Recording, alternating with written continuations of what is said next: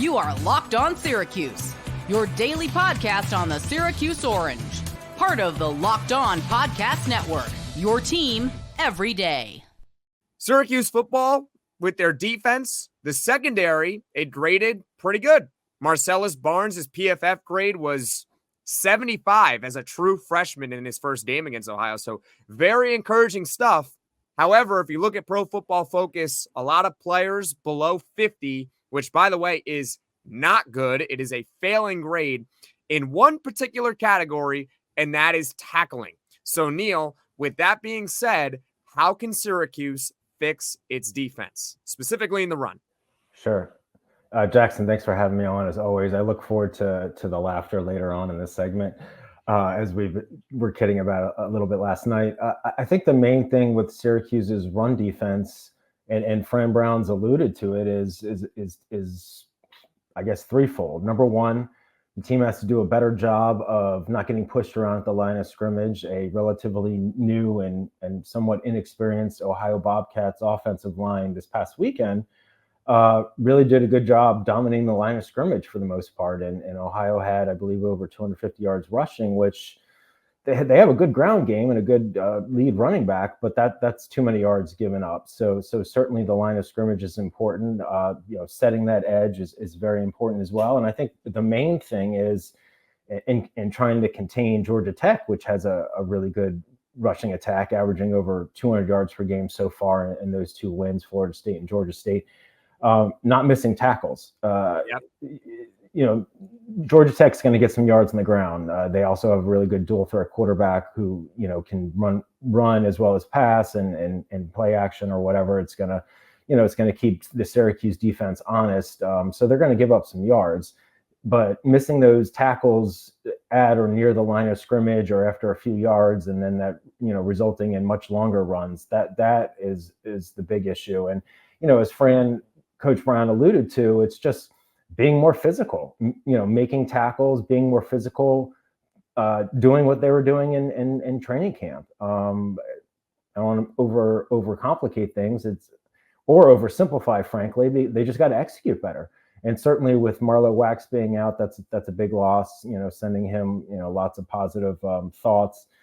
But he's, not only an excellent linebacker, all ACC performer, but he's also one of the team captains and one of the leaders of this defensive unit. So that's a big void to replace over the next, six weeks or so, whenever he returns.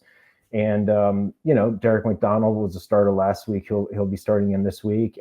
James Hurd, the transfer from West Virginia, who had an interception last week after he replaced Wax when he got injured, I assume will move into the starting lineup. And then, some of the other reserves are going to have to step up. They have plenty of linebackers on the team, but a lot of them are underclassmen. So, Sparrow is going to be one of the two, primary backups. I'm not sure who the other one will be, but we'll see. It's not just losing Marlo it's a big blow for many reasons, given their scheme being more focused on having an extra lineman versus and having two linebackers. Is that a good thing in terms of the Wax injury? Nothing's good about the injury, but maybe, so to speak, can help out a little bit just because they only have two linebackers in at once. But they just got to execute, and they got to hit their tackles, make their tackles, and play their game. Yeah, I echo a lot of those points, and I just want to clarify something real quick for the audience. Syracuse runs what's called a 4-2-5 defense, meaning they have 4 down defensive linemen and 2 linebackers, 5 players overall in the secondary. And for those saying, let's change the scheme, it's not so simple to change a scheme when all offseason that is what they've been practicing. Ultimately, they're just going to have to execute it better. There are things that I am encouraged about, or things that are like fixable, and then there are other things where I'm like, that's not fixable. Mm-hmm. I think what is fixable is what Fran Brown said in his press conference yesterday, which was the bad tackling and the angles they were taking at tackling the ball carrier. Mm-hmm. I think those are fixable problems, because especially when you watched, Anthony Tyus, 6'1", 225, break into the second level against the Syracuse secondary. What happened was they were diving at his knees, his feet, his ankles, trying to kind of trip him up. what happens is that all the running back has to do is time it right and jump over the tackle. We saw it on that 44-yard run, right? That was a big part. 2 missed tackles right there. Going against a smaller back in Jamal Haynes on Georgia Tech, I think Syracuse is going to have maybe an easier time of being able to get in front of him and wrap him up because he's not super big. Now he's fast, but not super big, so that could help them. Having said that, the defensive line and getting that initial push and getting that initial penetration, that simply just comes down to playing better. Like you just there's nothing I can really say to be like, you got to do this, you got to do this. You got to get that push. You got to be tougher. You got to be more physical. You got to be stronger because Georgia Tech, they got a better offensive line. They've rammed the ball right down the throats of Florida State. They rammed the ball right down the throats of Georgia State, 2 state teams, right? Right. Georgia Tech is a really good running team. It might be the best running team that Syracuse is going to have to face this season. So this defensive line and this secondary in particular are really going to have to step up. Angles got to be better. Tackling's got to be better. And of course, the defensive line, they just got to get initial penetration. Period. End of story. Yeah, I agree. And Fidel Diggs, the 4-star transfer from Texas A&M, had a solid game. Yeah. And I'm not going to sit here and single out any other defensive player, but I agree with you across the board. The defensive line really has to be more physical and instead of getting pushed back, being pushing forward and really penetrating, like you said. And I agree that the secondary in terms of pass coverage was pretty solid. Barnes and others. I mean, there was a few breakdowns, but just across the board, whether it's from a pass or a run, everyone's just got to hit their tackles better. Absolutely. Bingo. We're joined by Neil Adler from Inside the Loud House. We're breaking down Syracuse fixing its defense. We're going to transition now to attacking the Georgia Tech defense. Neil, I'm going to set this up for you, all right? I'm going to set this up for the audience because I did a little digging on Georgia Tech's defense, okay? Last year, they gave up the second most points in the conference, so they weren't very good last year. Right. The most total yards in the conference. So, yeah, this Georgia Tech defense was not great last year. It really wasn't, and they in particular couldn't stop the run. Now, against Florida State, Georgia Tech's defense looked really good, didn't they? They look great. Well, everyone's drinking the Kool-Aid on Georgia Tech, and I think people forgot that they actually played a game this weekend against Georgia State. Immortal Georgia State, that elite team right there, It was at home too, yeah. And Georgia State had 360 yards of total offense. 150 of them came on the ground. So this Georgia Tech defense is vulnerable. They can be had. So, Neil, how would you like to see Syracuse attack this defense? Well, just in all fairness, I just was looking while you were talking, and all fair points. It looks like now Georgia Tech's played 2 games, Syracuse only played 1, but Georgia Tech, I believe, is averaging their defense in total is giving up, I think, 325 yards per game, and Syracuse against Ohio gave up 436. So, again, 2 versus 1 games, et cetera, et cetera. I'll tell you, Jackson, the Syracuse offense to me, after that really rough first series and not having another series really again in the first quarter, that I think it settled down pretty well. And, I'm not saying it played perfect, but I thought the Syracuse offense looked pretty strong. They put up 38 points. Kyle McCord set a career high with 354 passing yards, had 4 touchdowns, threw the ball around to different receivers. All the receivers, came and contributed. Gadsden, obviously, Pena had a great game. The 2 Georgia transfers, Haynes and Meeks. But LaQuinn Allen, he had a slow start in the first half, but he ended up with, I believe, like 98 or 96 yards. Yeah, it was basically 100 yards rushing. And he had an awesome one-handed, touchdown reception. So, to me, it's, again, not to overcomplicate things, I think that the Syracuse offense, they clicked pretty well, certainly in the second half, and I just have a balanced attack. Kyle looked a little rough in that first series, had a couple of bad passes, but by and large was pretty darn accurate throughout the rest of the game. I think he completed around 70% of his passes. He zips the ball. He gets it into tight spaces. He's got talented receivers and tight ends around him. And the Quinn Allen is an all ACC running back, and they've got depth at that position as well. So it's just having a balanced attack. The one thing I will say, I was thinking about this before we came on the air. With Georgia Tech, rushing the ball so much, that eats into the clock. That Yes. eats into time of possession. And so, we'll see. It's obviously one thing how the Syracuse defense does containing the run or just containing Georgia Tech's offense, how many points they give up, but it also, becomes a chess match and a time of possession game.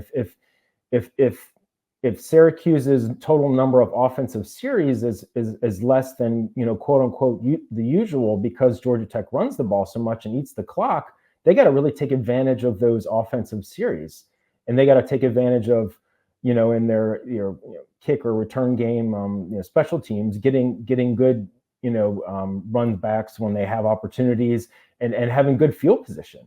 And they've obviously got Pena and Malachi James and all that. So I think it's just having a balanced attack, which I think they will, and to keep Georgia Tech's defense on its collective toes, between LeQuint doing his thing and just all the different weapons that McCord has.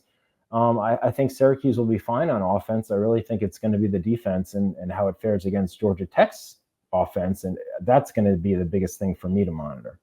Here's what I'm going to say about the offense, because I have really no complaints from week one. Like there is, aside from one series, it was pretty flawless. It was solid. Yeah, absolutely. It was good. I mean, really, really good. I can't really complain. What I will say is that it was pretty vanilla.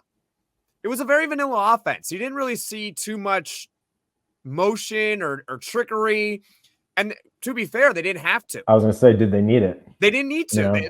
They could keep it vanilla. What I'm going to say for this week is I don't think we have to change ice cream flavors. I think we can still keep the ice cream vanilla. Okay. But what I would like to see maybe is, can they add a little sprinkles? A little sauce? A little bit of hot fudge. You talking about like halfback options and that sort of thing, or? I've talked about on the podcast, how about getting Dan Valori a little bit involved? I don't think it can hurt. There is only one ball, and they got a lot of weapons. They do. And I think every single week, aside from a couple mainstays like Oronde, Gadsden, or LeQuinn Allen, we could see a different player step up. Like last week, it was Trebor Pena, who had nearly 80 yards and 3 touchdowns. He was great. He was great, and I believe in him going forward. But maybe this week it's Haynes. Yeah, you got Haynes. Maybe Haynes goes for 100, or maybe you get the ball into Dan Valori's hands a little. Valori, Gill, Hatcher. Hatcher only had like one catch. Is Justice Ross Simmons going to play again? Or play this week? He didn't play last week. I'm not entirely sure on that. We'll see. Mm-hmm. I'm not saying you got to change the offense, because you don't.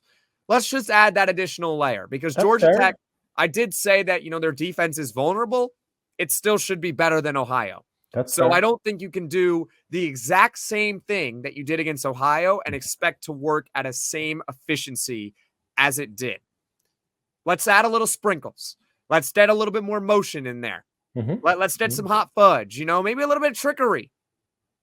How about have Dan Valori right next to Kyle McCord? Let's see what happens. Do a little wildcat. Yeah, I think, Jackson, those are all fair points. I mean, like you mentioned, how much did Syracuse need to do that? Although, I mean, they won by 16, but they scored 38 points on offense and had nearly 500 yards.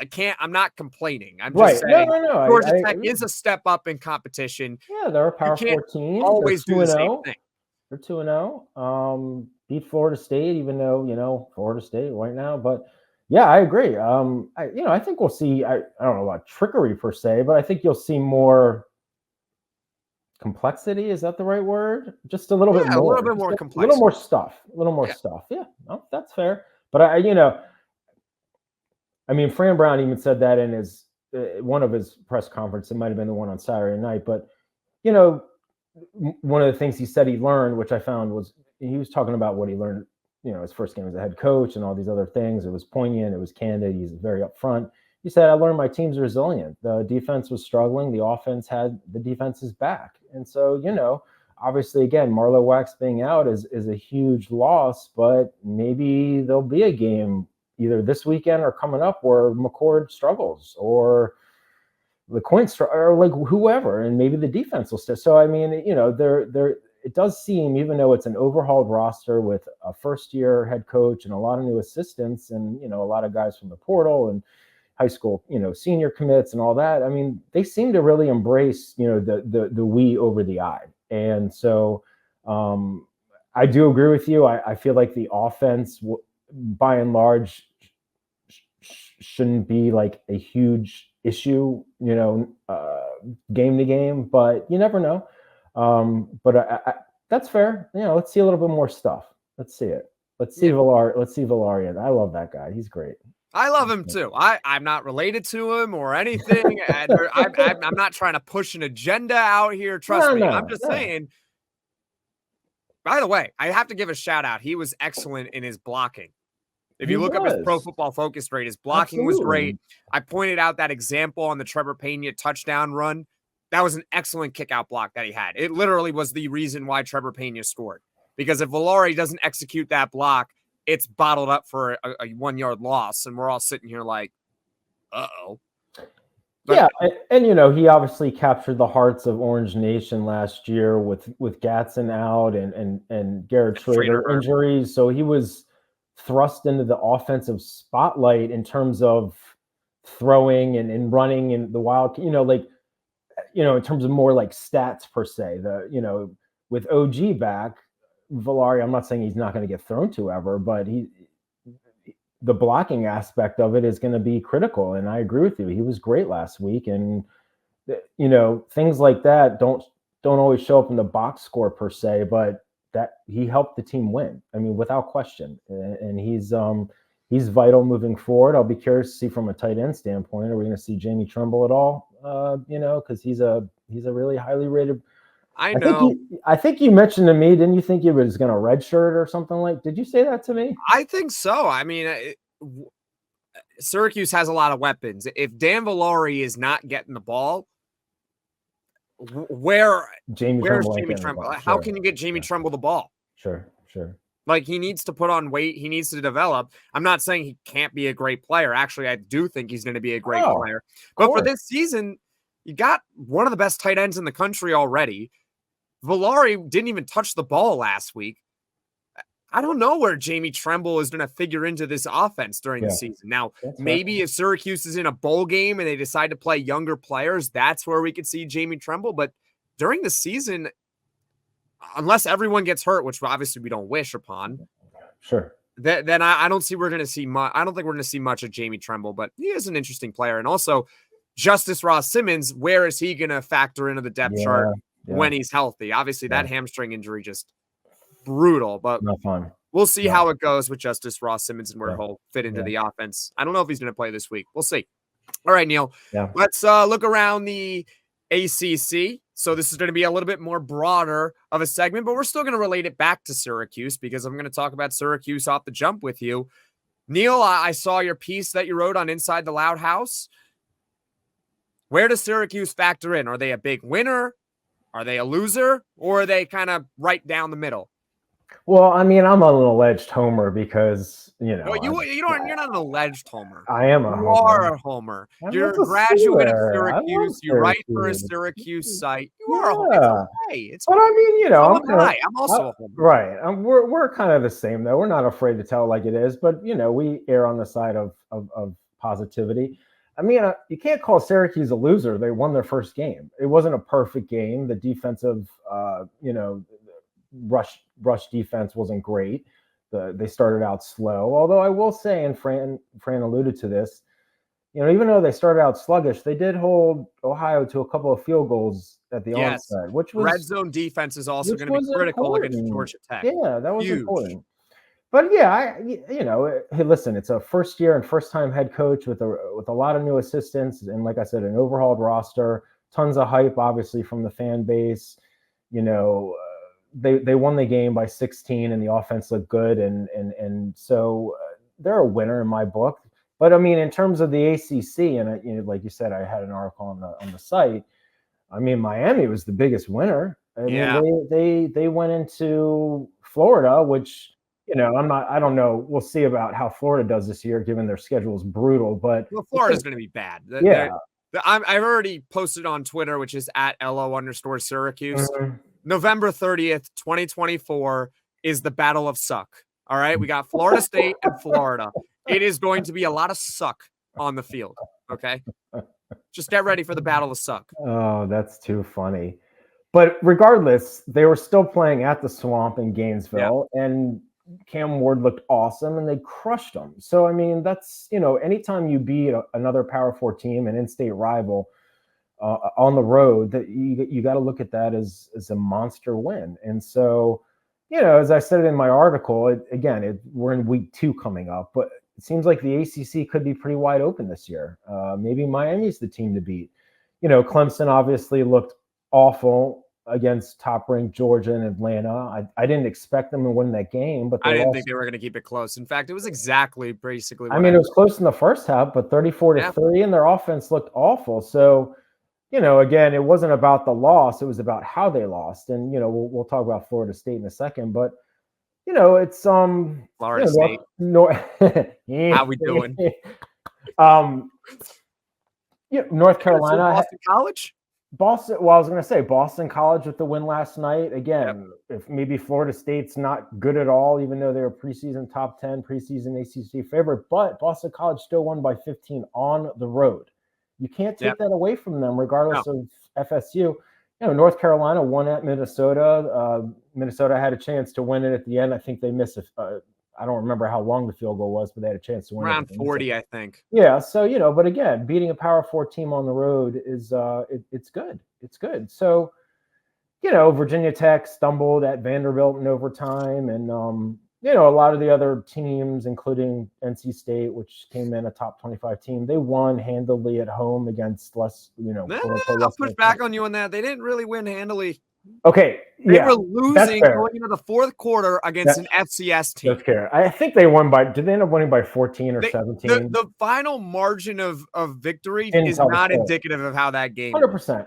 I had them in the neutral area. Maybe I could have put them on loser. I would put them on the neutral area. I had them in the neutral with they're on the lower end of neutral. Okay, fair. I mean, if you win the game, you can't be a loser. You win the game, you can't be a loser. But the fact that you're trailing to an FCS team, FCS, right? All right, not FBS, FCS, right? You're losing to them going into the fourth quarter. You won. I can't take that away from them, but they did not look great. So I'm on the lower end of them for NC State, but still, you won the game. You can't really be a big loser if you win a game. I would put Syracuse more in the neutral category. Fair. But higher than where NC State would be because they played against a tougher team. And really, there was one aspect of the game they weren't good at. And that was the run defense.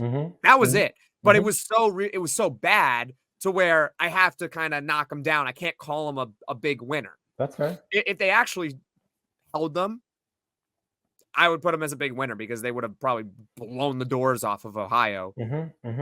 So I put them more in the neutral category, but still kind of on the upper end of neutral because you won pretty handily against Ohio, which is a good group of 5 team. They're a good team. They've won 10 games the last 2 years. Not combined, 10 games each.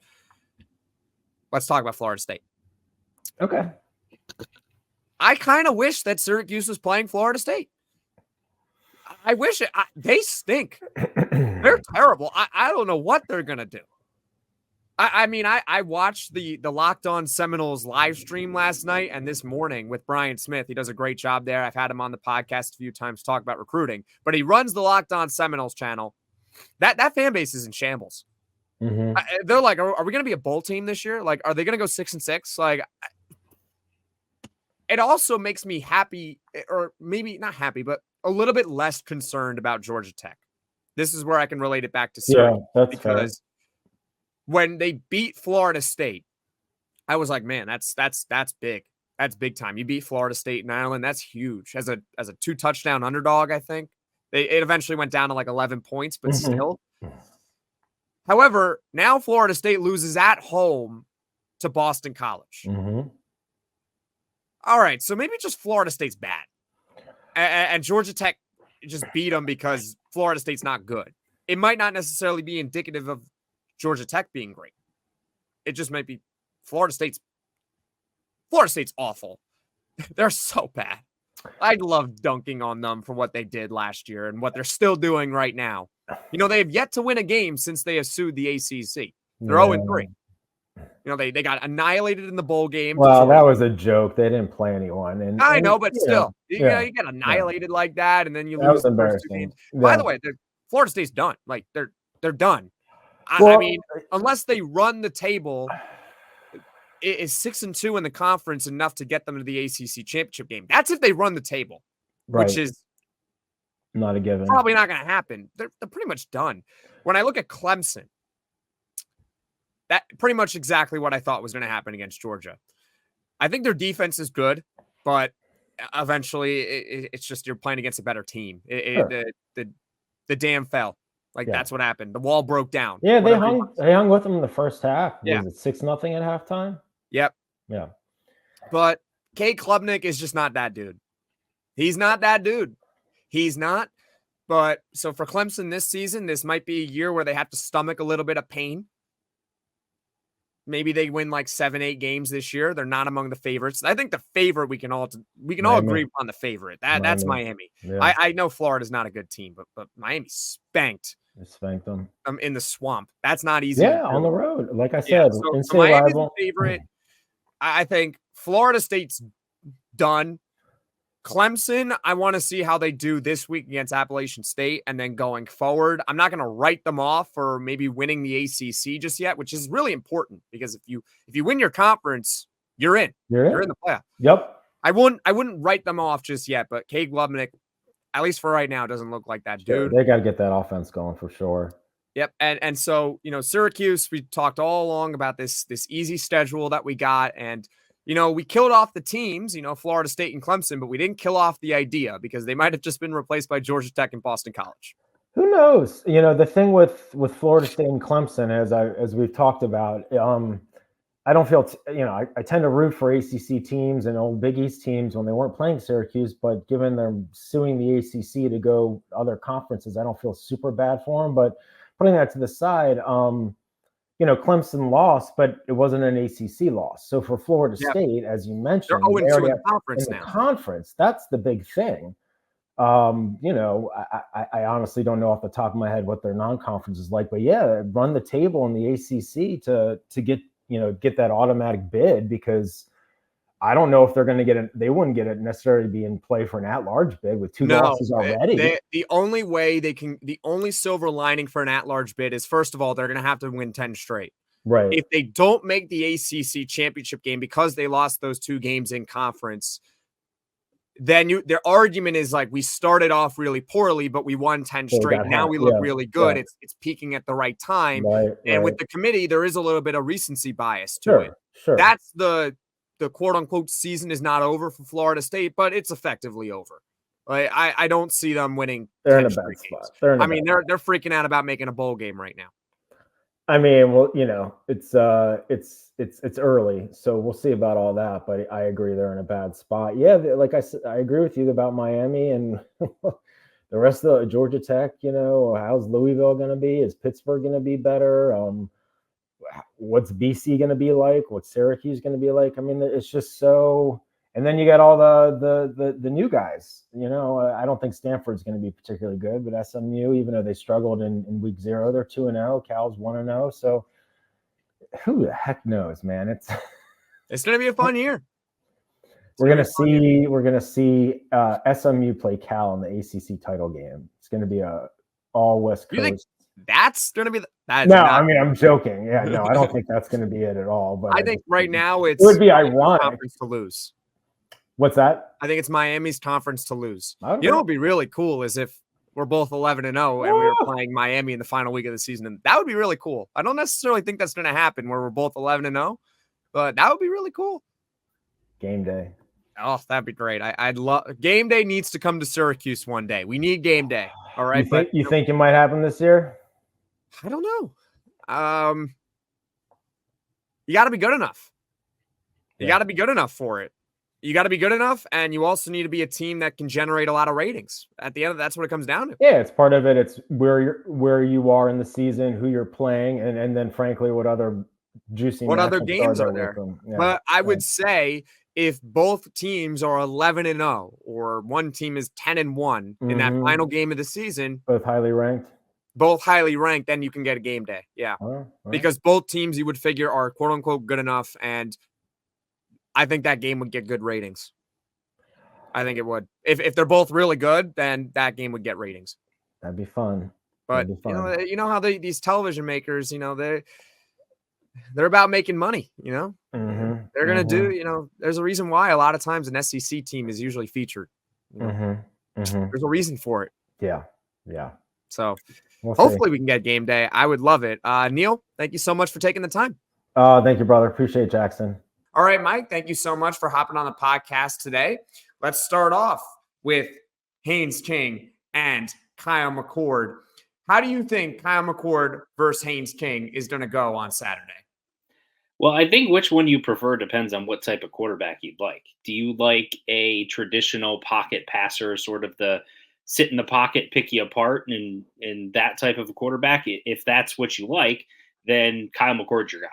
If you like the gutty, gritty, not necessarily always pretty sort of Eric Dungy style of playing quarterback, just finds ways to win, then I think you like Haynes King. He's more mobile than what McCord is, but McCord is a better thrower of the football, turns it over less, better accuracy, better arm strength, all of that.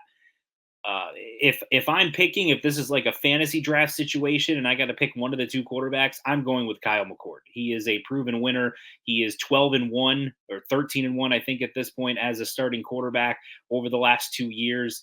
He had tremendous success at Ohio State, as is well documented. And yet in his first game at Syracuse, he set career highs in completions, passing yards, and passing touchdowns in a single game. I think the offense fits him well. I think he likes the weapons that he has, and they're clearly tailoring their play calling to his skill set. So if I'm picking one of the two, I'm picking Kyle McCord, but I think very highly of both quarterbacks, to be honest with you. Well, it's funny the wording that you used because you mentioned like a fantasy draft. If we're talking fantasy football, I might go with Haynes King because I think Haynes King would score more fantasy points, to be fair, with his rushing ability and everything. Yeah, he very well could. And it's the rushing, I think, that is where he separates himself there, because you get more points for rushing touchdowns and rushing yards than you do for passing yards and passing touchdowns. The caveat to that is if Syracuse has a good game defensively and they can limit what he does through the air and keep him pedestrian on the ground, I think his floor is lower than what McCord's is, but perhaps his ceiling is higher because he could have a game where he dominates both through the air and on the ground. Whereas even if Kyle McCord is operating at peak efficiency and has a tremendous game, I don't think you're going to expect 60, 70, 80 rushing yards and a couple of rushing touchdowns from him. So yeah, from a fantasy football standpoint, maybe McCord is a little bit safer, but Haynes King has the potential to be, the bigger boom for you. I just want to also be clear that that was strictly like fantasy football talk, but in reality football, I would also take Kyle McCord because he's also a little less turnover prone. Yes. Okay? Kyle McCord is someone who doesn't throw a lot of interceptions. He almost threw one on the first drive of the game against Ohio, and then he did have the arm punt interception. But aside from that, he doesn't really put the ball in harm's way. Versus a guy like Haynes King. Yes, he does have that boom upside, but he also has the bust upside or downside, so to speak. Haynes King last year threw 16 interceptions for Georgia Tech. Now, I will give him credit. Last time I checked, I think Haynes King is completing over 70% of his passes to start this season, so he's off to a good start in that regard. But for now, I would lean towards Kyle McCord. I know this is a Syracuse podcast, so we're going to sound biased, but I still would take Kyle McCord over Haynes King. I said that in the preseason as well. Mike, I want to ask you this question because it sounds like one that would be super obvious. A quarterback influencing a game, but with the amount of rushing on both sides and the rushing defenses for both sides maybe not being so good, how much do you think the quarterbacks are actually going to influence this game? I still think they're going to have a huge influence, and here's why. with Georgia Tech's rushing attack, Haynes King is very involved with that. Now, I believe he only has 80 rushing yards through the first 2 games, but they do call designed runs for him. And he can do a lot of read option that can put a lot of pressure on opposing defenses. So he's still going to be very involved, even if they run the ball 3/4 of the time. For Syracuse, even if they do run the ball quite a bit, we see a lot of LaQuint Allen, a lot of Yacine Willis. They're not going to run the ball exclusively. I still think Kyle McCord is going to get 20+ passing attempts in this game. And they're going to try to do a lot of things off of that rushing attack, play action, situations like that. They could do some zone read. They could do some run pass options, some RPO. So I think there's going to be a lot of opportunities for Kyle McCord as well. But specifically, even if the rushing attack, even if LaQuint Allen is the primary focus of the offensive attack, there's still going to be plays for Kyle McCord to make. And even if he doesn't have as many attempts as he did last week, it's still imperative that he puts the ball where he needs to so that Syracuse can take advantage of those plays. Very fair. I mean, obviously, quarterbacks are going to have a big influence on a game. I mean, usually, but it's just because of the rushing attacks on both sides. I think the biggest point you made there is the fact that Haynes King is such a big factor for Georgia Tech's rushing attack to begin with.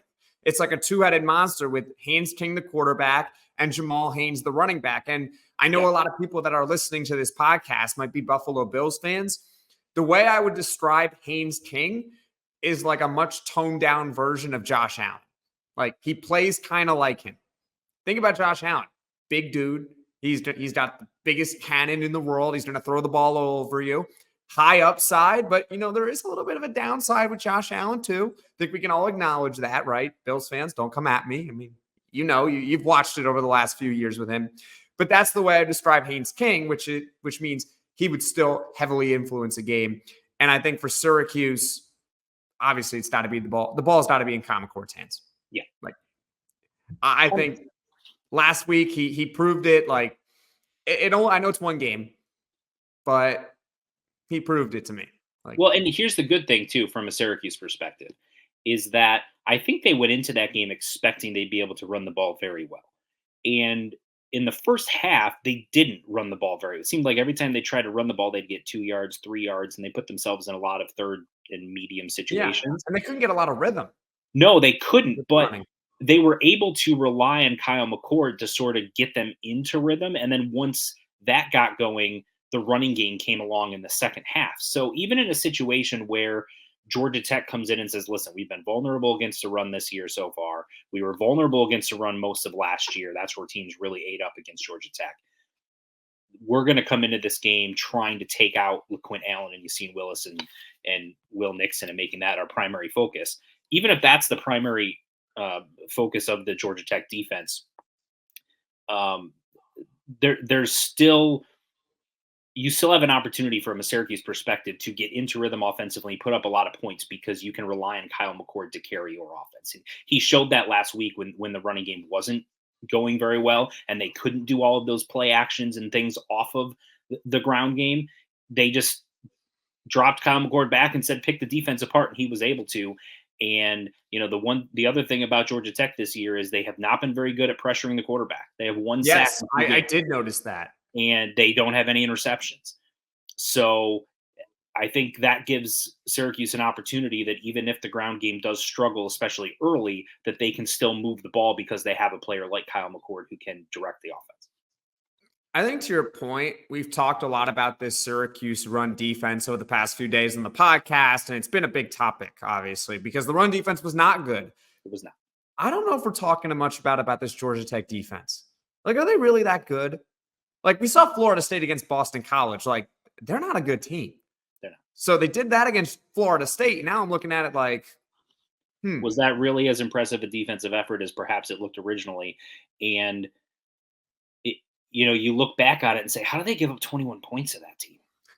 I don't know. I mean, that's the other part of it is the defense doesn't perhaps look as good as it did originally. Now, I'm not going to sit here and say that win over Florida State wasn't still impressive. That was a huge win for Georgia Tech. It was. Yeah, they had to win that game. Yeah, and I came away from that game. I watched them against Georgia State, and I said, I think Georgia Tech is a legitimately good football team. I don't think anyone is here thinking that Georgia Tech is a juggernaut and unbeatable either.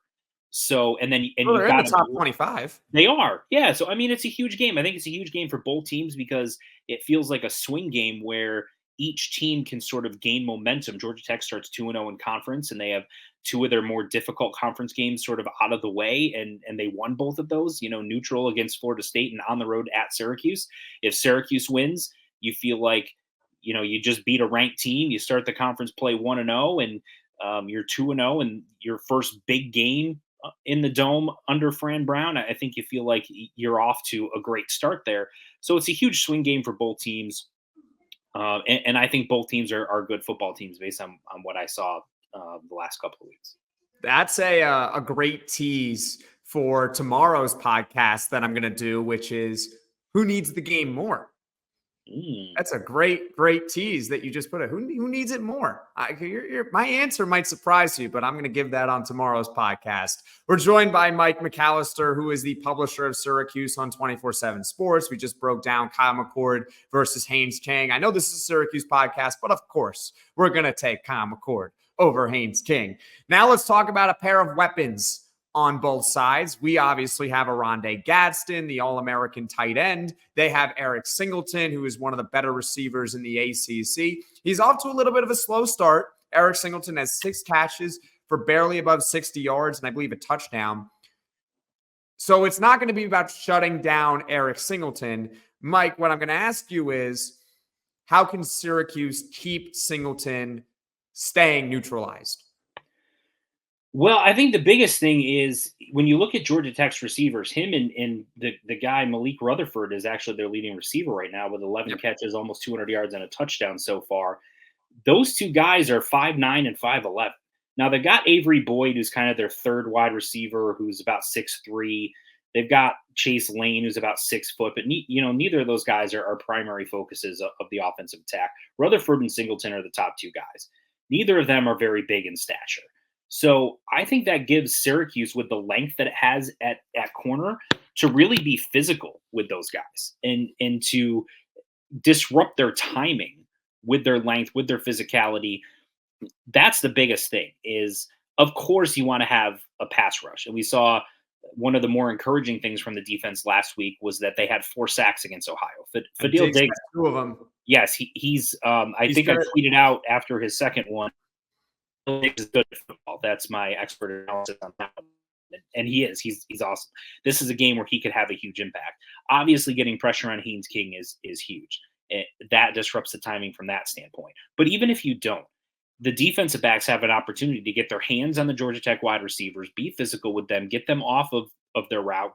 Don't make their first step be as easy as they want it to be, and disrupt timing from that perspective. So that's kind of where I look at it, is I think Syracuse has a size advantage there when you're looking at Georgia Tech's skill position players offensively versus Syracuse's skill position players defensively.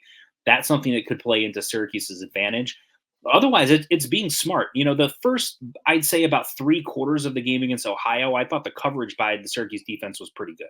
Yeah, they were on top of Ohio's receivers. I know Georgia Tech's receivers are significantly more talented, but we go with what we've seen so far. I thought they showed good coverage skills, good instincts, tackled almost immediately after the catch. And then as the fourth quarter went along, they kind of got a little bit softer. And I think part of that was, sort of playing prevent and trying to prevent the big play. I almost discount that. I just kind of throw that away. Like, it's soft zone. I mean, we saw DJ for Florida State end up with 270 yards passing. Like, how's that even possible? And no one thought he had it's garbage time. Yeah, nobody thought he had I called for him to be benched midway through the game. So the point is, I think there's an opportunity here for Syracuse to blanket those wide receivers. Now, Georgia Tech is going to be more sophisticated in terms of the routes that it runs. They're going to be more deliberate in terms of trying to get their receivers the ball. Ohio really wanted to rely on the running game and be really physical up front. Georgia Tech, of course, wants to run the ball, but it's going to be a little bit of a different approach because they want to get the ball into the hands of those two players, Rutherford and Singleton, to try to allow them to make plays in space. So from Syracuse perspective, use the length to your advantage, get your hands on them at the line of scrimmage, be smart and disciplined. And then once they get the ball, get them down. They're going to complete some passes. They're going to get some first downs. Don't let the 12-yard play turn into a 35-yard play. Don't let the 3-yard pass on 3rd and 10 turn into a 15-yard gain and first down and keeping a drive alive. Those are the things that I think Syracuse has to focus on in this game. And we saw Syracuse pick up a 3rd and 13 with Trebor Pena, where he caught the ball about 7 yards behind the line to gain and was able to run for a first down. I know Ohio's defense in that it was great blocking on Syracuse's end, but you have to be able to shed those blocks. Like at the end of the day, you just have to, when you have that much time to be able to shed a block before the line to gain, you just have to do it. So that's a big key for Syracuse. I do want to give credit, though, to the Georgia Tech secondary, because obviously Oronde Gadsden is going to be a big factor in the game plan. He's always going to be a big factor in the game plan. He's the best weapon that Syracuse has. No question. Georgia Tech has not allowed a single pass catcher this season yet. It's been 8 quarters to go over 70 yards in a game. Think about that for a second. Not a single one. Yeah.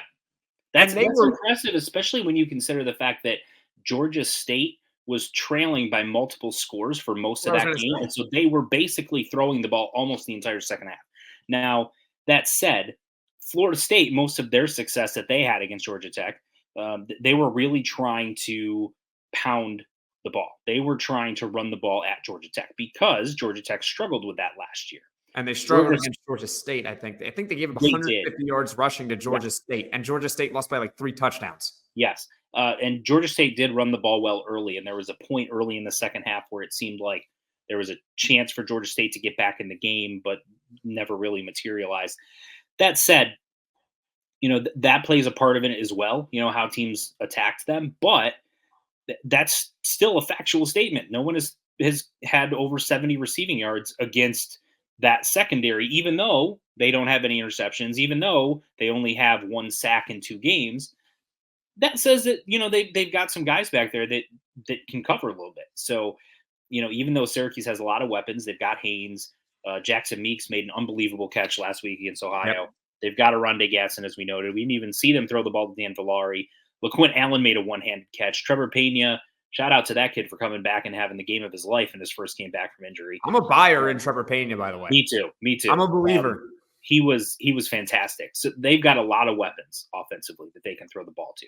So it's going to be a little bit different from a Georgia Tech perspective, because this is going to be a significant upgrade in terms of a passing attack than what they played against Florida State, who has a quarterback that seems to just like to check the ball down, doesn't really try to push the ball downfield, and struggles with decision-making and all those things we've seen the first 2 weeks.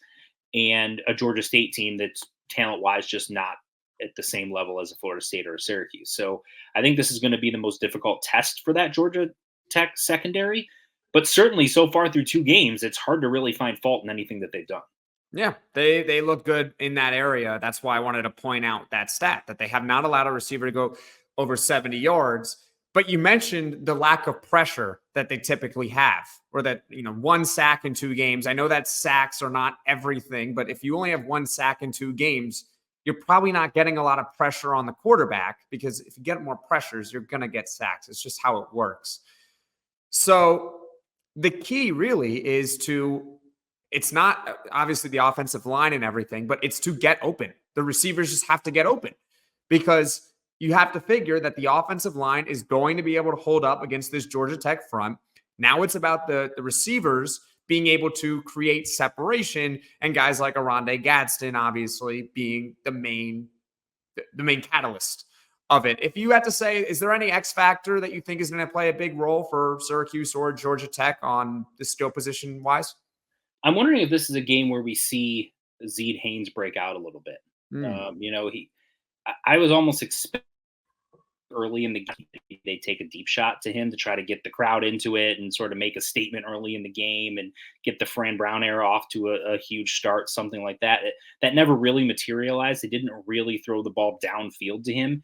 And I'm wondering if that was by design, because Zeed Haynes has blazing speed. He is as fast as it gets in the ACC at the wide receiver position. And I think there's an opportunity to try to stretch the field with him a little bit.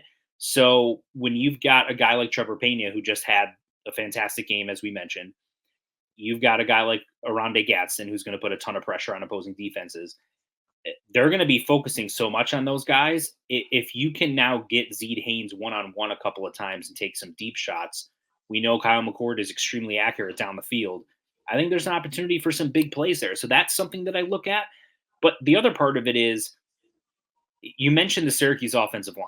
There were a few occasions against Ohio where Ohio did get some pressure on Kyle McCord.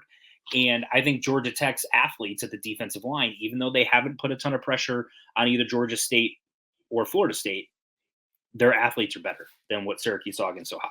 Yeah. So how well Syracuse can hold up, specifically those tackles, the two transfer tackles, Demetrius Weatherspoon and Savion Washington, how do they hold up against a front line that is – they understand what Syracuse's weapons are. So they're going to try to be getting to McCord as quickly as possible so that he doesn't have time to read the field and find any of those weapons. So I'm really interested. I think those are the two X factors. Can they get Zed Haynes one-on-one down the field, and then how those tackles hold up against Georgia Tech?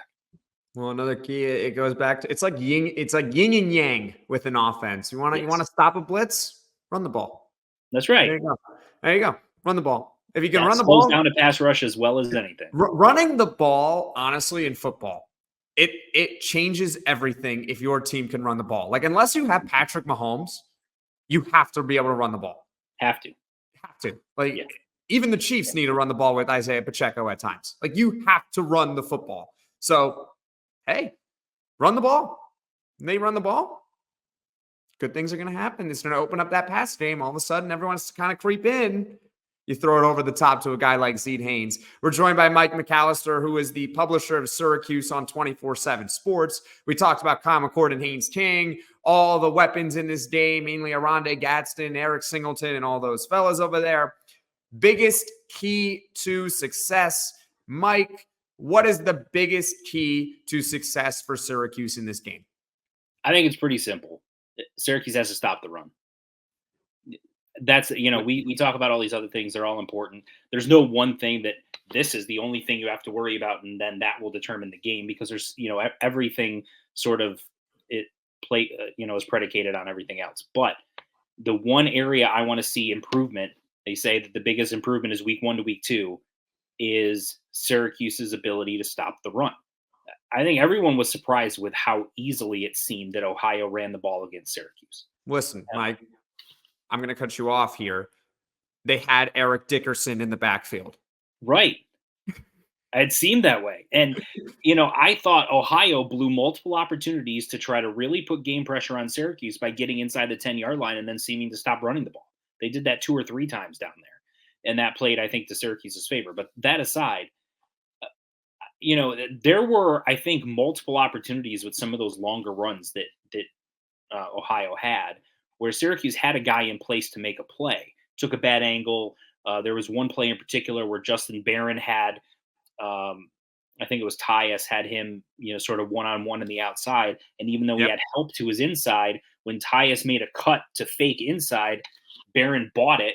He then cut inside as well. And then Tyus went outside and went around him. Whereas if he relied on his inside contain and stayed planted where he was and kept shading outside, instead of a 25, 30-yard gain, that's, maybe a 3-4 yard gain. So there's multiple opportunities for Syracuse to improve in that area. They missed a lot of tackles. Fran Brown talked about the lack of physicality from the front, and I think they'll correct that. The other side of it is they did have 10 tackles for loss in that game. So even a very weird game. It really was. It seemed like they were either getting 25, 30 yards or they were losing 3. I mean, it was very odd in a lot of ways. But so I think you saw some glimpses. There was a 3rd and 1 situation where Ohio lined up and ran the ball right at Syracuse, because they had been all game, and Syracuse stopped them for a 2-yard loss and forced a punt. And then next possession, Ohio would run the ball 3 times and score. So it was very odd. But I think there is at least some hope that they can be significantly better. I'm not saying come out and hold Georgia Tech to 2 yards a carry and 40 yards rushing, but don't let them get 250 to 300 like Boston College did against Florida State either. Maybe keep them around 100 to 120, and then that plays to your benefit. That's the biggest thing for me from a Syracuse perspective, is you cannot let the Georgia Tech ground game dictate the entire flow of the game, because if they do, I think they're going to win. Fair enough. I would actually set the bar at 150.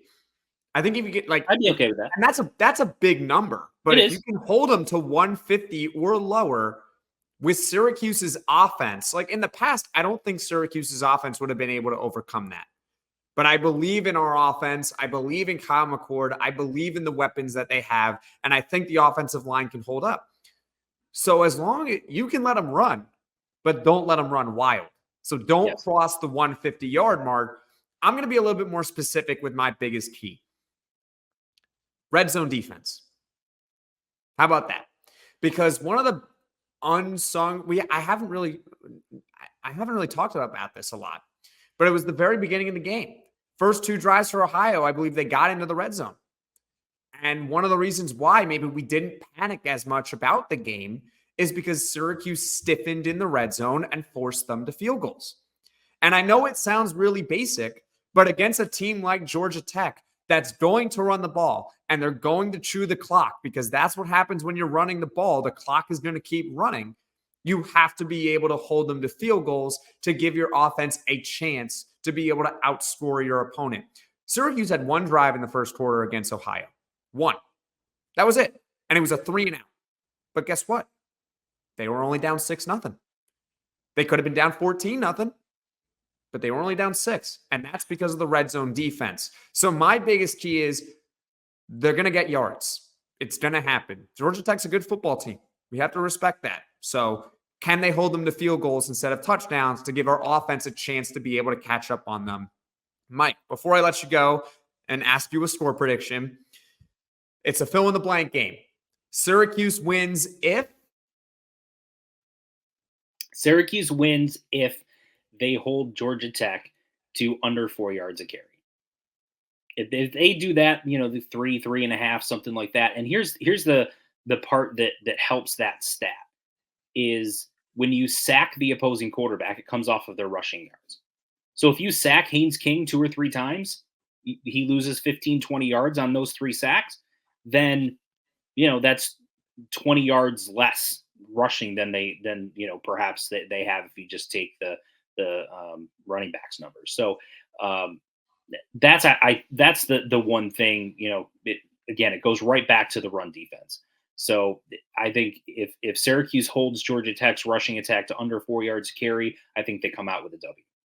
Okay. And Mike, on the flip side, Georgia Tech wins if?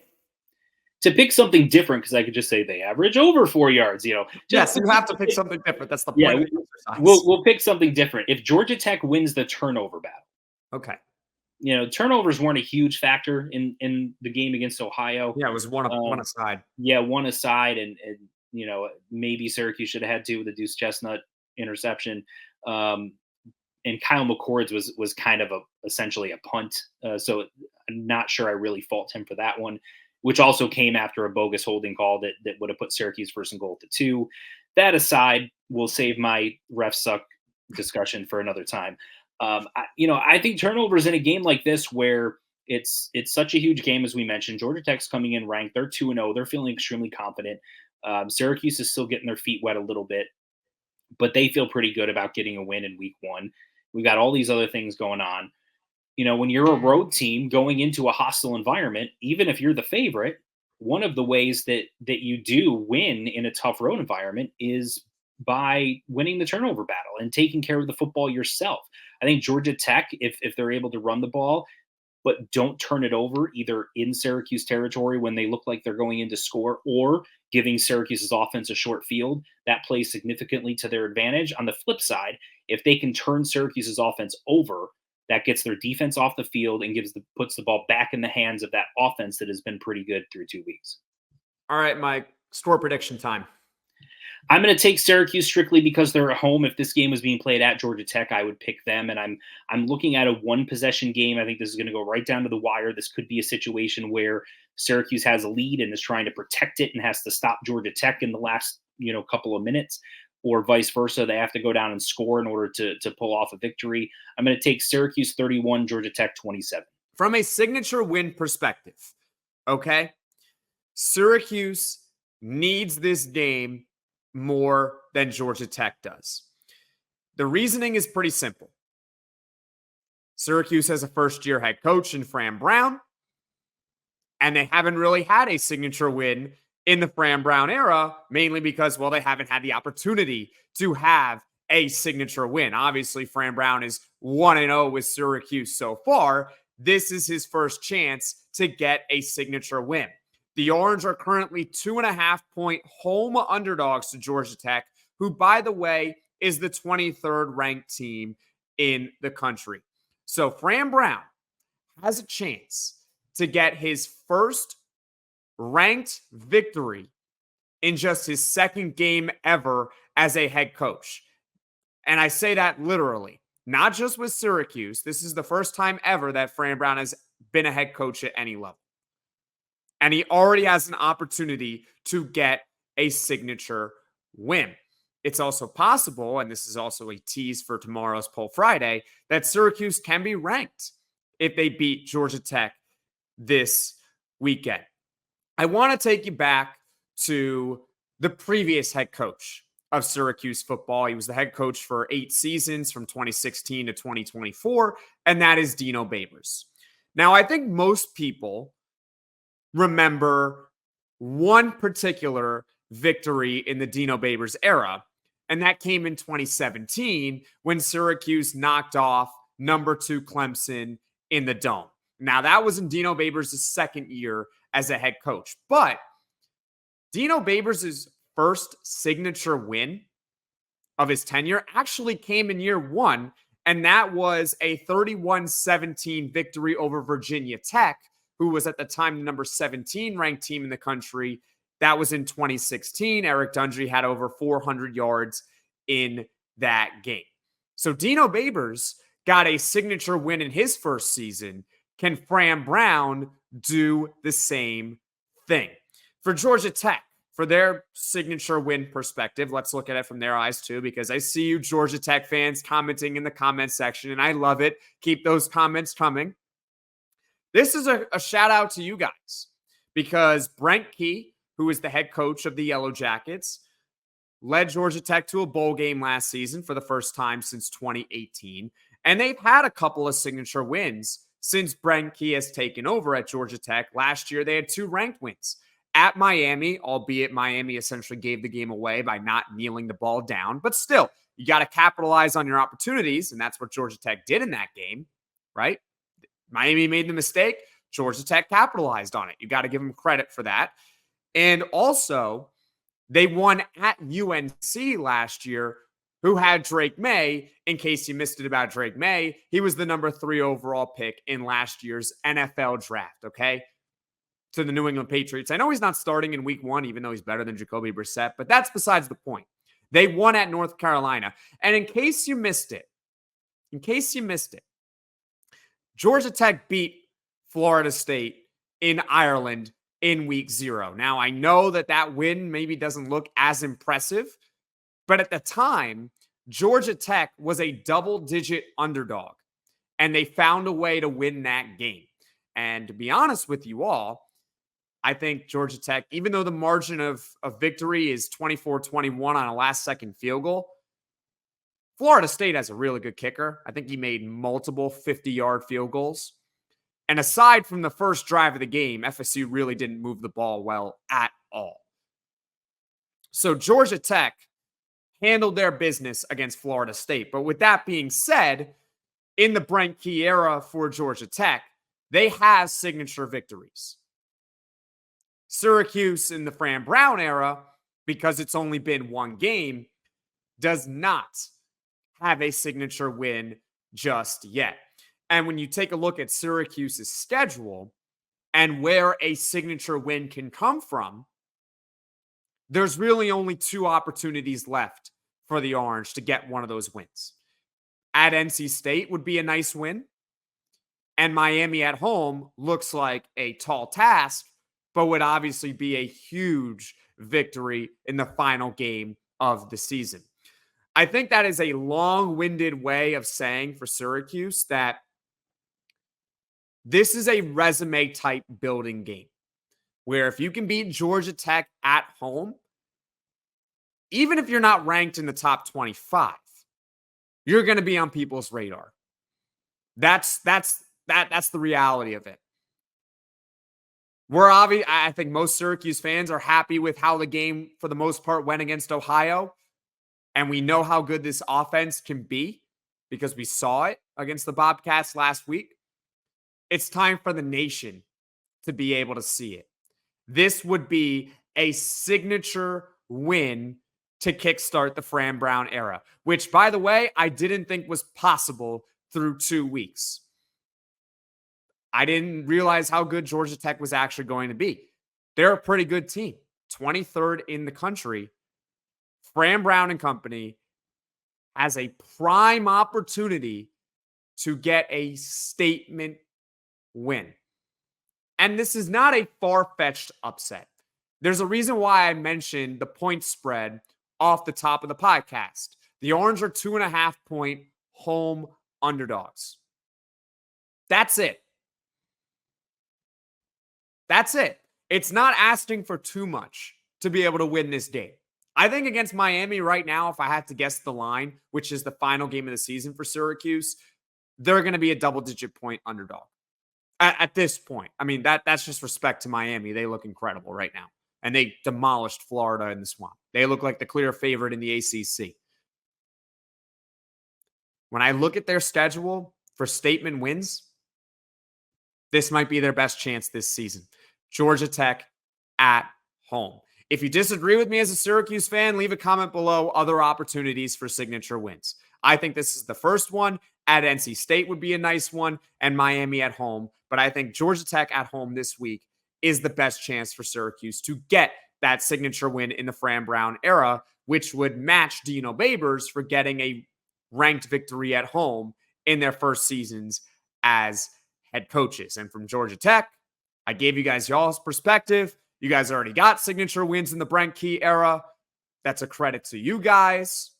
So from a signature win perspective, Syracuse needs this game more. Now, coming up, we're going to talk about playoff implications and bowl game implications. And I'm going to tell you guys who needs the game more from those perspectives.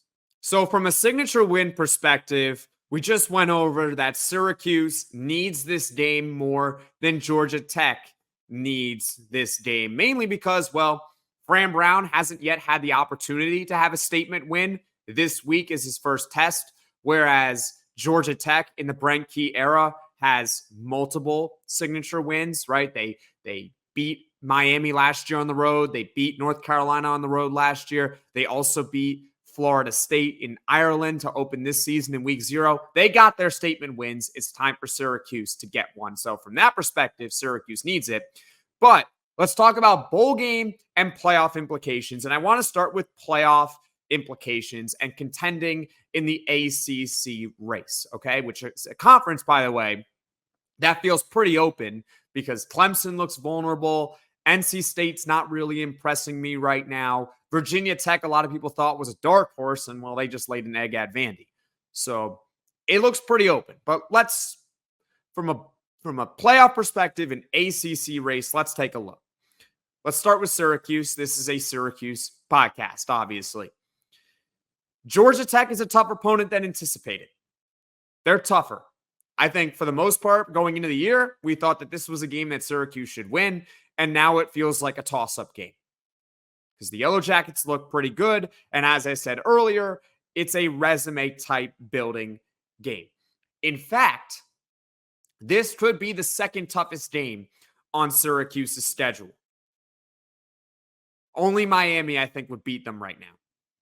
That's it. From which games are the toughest? Miami, I mean, you can argue at UNLV could be pretty tough too as a non-conference. But Georgia Tech might be the second toughest team on Syracuse's schedule. So if you're looking at the rest of Syracuse's slate of games for this season, if they were able to beat Georgia Tech, then I think Syracuse established themselves as a contender for the ACC title. Number one, they would have the tiebreaker over Georgia Tech in the event that they have the same conference record. And number two, the other conference games for Syracuse aren't so daunting, right? They got Stanford at home. That's after the bye week this week. At NC State, who I have said already did not impress me at all against Western Carolina. At Pitt, Virginia Tech, who just laid an egg against Vandy. At Boston College, and then to end the season is Miami. So if you beat Georgia Tech, the pathway is there for Syracuse. There are not many tougher games left on the schedule than the one they have coming up right now. So from contending in the ACC and a college football playoff perspective, Syracuse, if they win this game, has a prime chance to really elevate themselves nationally and get everyone on the radar about Syracuse. All right. From a Georgia Tech perspective, it's pretty simple. If they lose this game, they cannot contend for an ACC championship. They can't. Their schedule is a lot tougher than Syracuse. First of all, they would obviously lose the tiebreaker to the Orange. Second, their conference games coming up. They still got to go at Louisville, who is the 22nd ranked team in the country right now. And they also have to play Miami and NC State at home. If they were to lose to Syracuse, their margin for error for contending in the ACC and a possible chance at the college football playoff gets razor thin. How many wins is it going to take to get to the ACC title? At minimum 6. You're going to have to go at least 6-2. If one of those losses is to Syracuse, who could also go 6-2, you lose the tiebreaker. So you're essentially, if you're a Georgia Tech fan and you're listening to this channel, you're watching this podcast, you got to win this game to contend for the ACC. You have to. Because otherwise, you're going to have to sweep at Louisville, Miami, and NC State in order to get to the ACC championship game. So from now a bowl perspective, okay? Georgia Tech needs this game more than Syracuse. And again, it goes back to the schedule. So before angry Georgia Tech fans come at me in the comment section, let me explain. I already gave you guys the tough games in Georgia Tech's schedule in the ACC. But if you look at their out-of-conference slate, they still got to play Notre Dame, 5th-ranked team in the country right there. And you also got to go to Georgia, who's the number 1 team in the nation. Just demolished Clemson in the opener. Georgia Tech has to win. They absolutely need this game from a bowl perspective. If they were to lose, and now they're 2-1, I'll give Georgia Tech this. If they they're going to beat VMI. That's the following week's game. And I'm also going to say they beat Duke on October 5th. That gets them to 4 wins. But they're still going to have to win 2 more. And with those games that I've already mentioned, that might not be a guarantee. So Georgia Tech, from a bowl win perspective, from a bowl game perspective, has to beat Syracuse. And conversely, for Syracuse, if they lose to Georgia Tech, my record prediction in the beginning of the season was that Syracuse was going to go 8-4. And one of those wins was going to come against Georgia Tech. So let's say that game is flipped. I still think there are 6 to 7 wins on the schedule. Period. It comes down to the schedule. That's really the main takeaway from this. Georgia Tech might be a quote-unquote better team, but they're playing tougher competition than Syracuse is this season. So Georgia Tech, maybe they don't need this game from a signature win perspective, right? I don't think this is a game where the committee is going to look back on and say, yep, that's the reason why we should take this team to the college football playoff. For Syracuse, it might be the other way around. They do need it from that perspective because their schedule's not hard. But from a playoff to a bowl game implication, Georgia Tech needs this game. If they lose, they cannot contend for the ACC. And if they lose, all of a sudden their chances of making a bowl game, they go much, much lower. Whereas Syracuse, I still think they can pull out 5 to 6 more wins with their schedule. So that is, I hope that is the answer to who needs the game more. From maybe a practical standpoint, Georgia Tech. From a feeling standpoint, getting that signature win, it is Syracuse. So leave a comment in the comment section below who you think needs this game more, Syracuse or Georgia Tech. I would love to hear your thoughts on that. Now, coming up, it's prediction time. Throughout this week, we have gone over some of the main players on Syracuse and Georgia Tech. Obviously, a big quarterback battle between Kyle McCord and Haynes King, two of the better ones in the ACC. We just set the stakes for the game from a signature win, feel-good perspective. This is a game Syracuse needs, but from maybe a more practical standpoint, this is a game that Georgia Tech desperately needs. So we have set the stakes. We have laid out pretty much everything you need to know about the matchup coming up Saturday at noon. It is now time for my prediction and how I think Syracuse and Georgia Tech will go Saturday at noon. I have the Orange winning this game. That's right. I have Syracuse 34, Georgia Tech 31. I think both teams have explosive offenses, and both teams are going to give up yards. In fact, 34-31 might be underselling how much of a shootout this game could truly be. However, the reason why I only have it at 34-31 is because both teams can run the ball really well. And when you can run the ball, you chew time off the clock. So this is going to be a game about possessions. We know that Syracuse needs to stop the run, or at least contain the run, in order to win this game. I think that is pretty obvious. But I'm going to give you guys two keys for Syracuse for beating Georgia Tech on Saturday, because I'm already accepting the fact that the Orange are going to give up yards.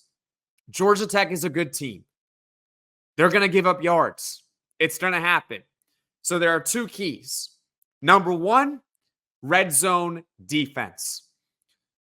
Last week against Ohio, Syracuse had the ball for 3 plays. They went 3 and out on the opening drive.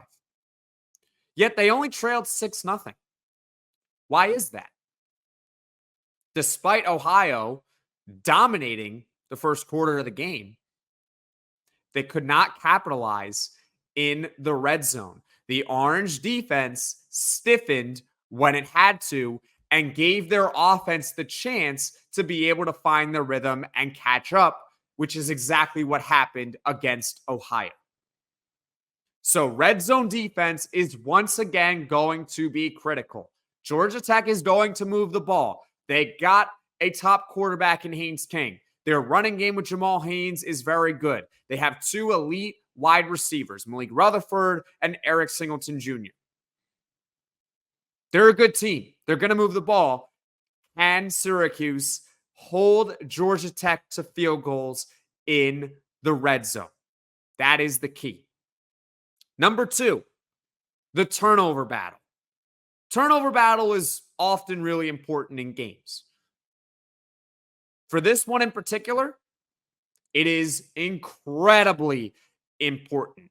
Dare I say that the team that wins the turnover battle is going to win the game.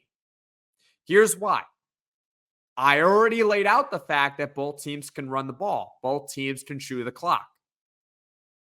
If a team has more possessions, obviously they have more opportunities to score, but they're also going to have more time to chew. They can chew the clock. If Syracuse especially can get out ahead and force Georgia Tech to throw, that would work in Syracuse's favor. Haynes King is a very good quarterback, but at the same time last season, he threw 16 interceptions. He's going to throw you 1 or 2, or at least give you that opportunity to get your hands on the ball. Winning the turnover battle for Syracuse is imperative. Red zone defense and the turnover battle. And call me an optimist. I think Syracuse is going to do a pretty good job in the red zone, and I think they're going to force Georgia Tech into 2 turnovers. Syracuse, in my opinion, will not turn the ball over 2 times, and that's why I have Syracuse winning 34-31. I also want to point out this stat about the run defense. There was an article that recently came out on the Post Standard from Chris Carlson, who does excellent work for Syracuse.com, I believe, right? There were 19 missed tackles for Syracuse against Ohio. 19. Most of those came on running plays. Most of them. I got to be honest with you all. Again, this might be me just being optimistic. I think that is an aberration. I don't know how you miss 19 tackles again. I know Georgia Tech is a better team than Ohio, but that is such an absurd amount of missed tackles that I don't even think it's, I might be just jinxing it completely, but I don't even understand how that's even possible. You miss that many tackles again. So I think the defense, particularly in their tackling, is going to be better because I don't think it can be much worse than it was against Ohio. And hopefully this doesn't get clipped and then shown around to everyone if Syracuse decides to go out and miss 25 tackles, which I don't think they're going to do. Overall, I have Syracuse in a close one once again, 34-31. Leave your score prediction in the comment section below. Who you got, Syracuse or Georgia Tech? And just scanning the comment section from previous videos, it seems like Syracuse fans are picking Syracuse and Georgia Tech fans are picking Georgia Tech. This is pretty much a pick'em game. I would say that it's 55% from a neutral perspective. Obviously, Georgia Tech is the favored team, but it's only 2.5 points and they're on the road. So this is about as toss-up as you're going to get for a game.